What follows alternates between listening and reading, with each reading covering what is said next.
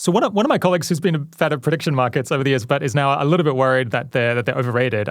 He wrote this into me saying, it's useful to make models about complex questions, but when they spit out a number, that doesn't necessarily mean that you've learned that much.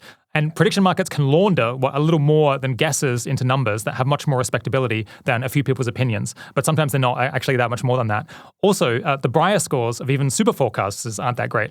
So forecasting is really more like poker than chess. The experts can have an edge, but often go on very long losing streaks to even amateurs. Do you agree with that?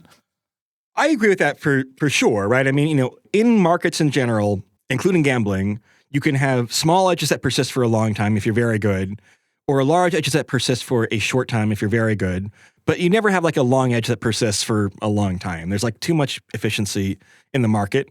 You can also have like recursiveness.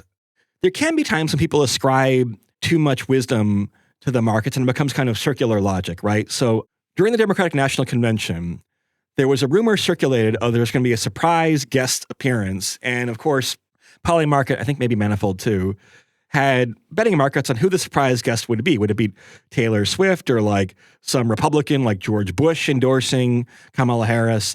However, the market decided that it was going to be Beyonce. And these rumors began to swirl and circulate. And so, people would tweet like, oh, it's now 80% for Beyonce. And then got all the way up to 96% or 97%. And then like her representatives had to send something to TMZ saying, no, she's not even in the same city right now as convention's being held. So this is not going to happen. So that might have been a case of kind of like circular logic where everyone thinks everyone else knows something. You have this kind of like false like focal point. So some people say, why don't you use prediction markets as an input in the Silver Bulletin model?